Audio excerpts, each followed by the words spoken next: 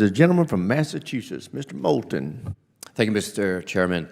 Secretary Hegseth, I'd like to clarify a few important details for the record. When you texted the launch time for F-18s going into combat over enemy territory facing anti-aircraft missiles on an unclassified signal chat, did that launch time come from Central Command, yes or no? I know what you're referring to, and there were no It's a very simple question. Did it come from? It's a very simple. simple question. Did it come from Central Command? Well, in this committee, no way in which I communicate or what I communicate on a successful strike is something that I would share. So you can't even identify the combatant command under which this operation occurred? Well, everybody knows the Okay, so everyone knows it's Central Command. So when Central Command sent you this information, did they send it on a classified system or an unclassified system? Well, as you know, having served yourself, any way that the Secretary of Defense communicates or provides information in and of itself is classified and not to be discussed. So what was the classification marking of the launch time when it was sent to you? Because DoD regulations require information on classified systems to be marked.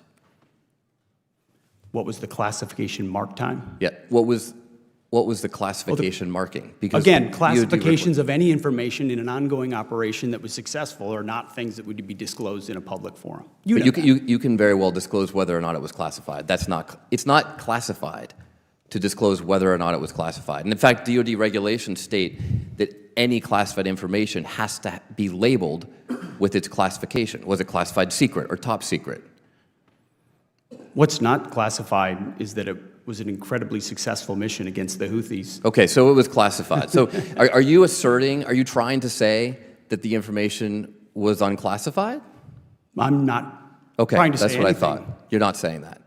So you took classified information from Central Command that had a classification marking on it, because that's what's required by DoD regulations, and you put it on an unclassified system. So we're going to get a report in a few days from the DoD Inspector General. And if the DoD Inspector General finds what is pretty obvious, both to you smiling there in the witness seat and to all of us up here, that the information was, in fact, classified, do you plan to take any accountability for that? As I pointed out at the time, you said that accountability is back. Does that not apply to you? as I said at the time, Congressman, there were no names, targets, locations, units, routes, sources, methods, no classified information. Okay, so if it comes back that it is classified, will you take accountability or not? We've already established, you've already admitted that it was classified because everything you get from CENTCOM is classified. You just explained that to me. That's how you justified not answering the question. Not what I said. I didn't confirm any classification or Okay, so if it is what confirmed, I know is that will you take everything accountability? I share, everything I talk about, Mr. as Secretary, of does Defense accountability apply to you or not? is classified whether I talk or not. Does it apply to you or not? Does what apply to me or not? Accountability. You said accountability is back at the Secretary. And you know what? The Houthis were held accountable for shooting at our I'm ship just asking if it applies to very you. successfully. I'm not asking about the previous Houthis. administration let our ships get shot at, and nothing was done about it. And thankfully, because of the skill and courage of our troops on I'm the just battlefield, asking about we I actually reclaim my put them time. in a place I where reclaim they my time. called for a ceasefire. I claim my time. I'm just asking if accountability applies to you. It's a very simple question.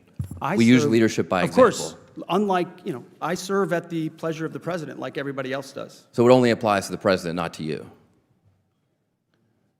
I serve at the pleasure. You talked about the success of the Houthi operation. About how much money did it cost? How much money did you spend on missiles shooting at the Houthis? Well, you'd have to compare that with what it cost. I'm just asking how much did it cost? Divert our shipping lanes around. I'm told the it's sea. several $100 million, maybe close to $1 billion. How many U.S.-flagged commercial ships have transited the Red Sea since your so-called successful operation? Well, thankfully, unlike the previous administration, The answer is zero. military vessels transit. No, I didn't ask just about this military week. vessels. I Well, which asked would about be the commercial precursor vessels. for How many civilian and commercial vessels? transit, It's been several thankfully. weeks. How many commercial vessels, U.S. flagged, have Well, transited the would Red you, Mr. Congressman, put civilian ships The through questions dam are not to for me, military Mr. Secretary, ships? they're to you. We have responsibly put military The answer ships is zero. through first. I reclaim my time. How many generals and admirals have you fired? I don't know the exact number, but You don't know the number. It's 8. Can you explain why any of them were fired? Like, just explain why was... they all serve at the pleasure of the president. And I think No, I'm just asking you why. General Kane is a great example. I'm just of asking a you leader why. that we And need you at probably this learned time. at Princeton what why means. Why did you fire him? They serve at the pleasure of the president, and we want Why better did you representation fire in him? each and every of those. You can't and explain every why one you of those fired any of places. them? Gentlemen's time's expired. Chair, and I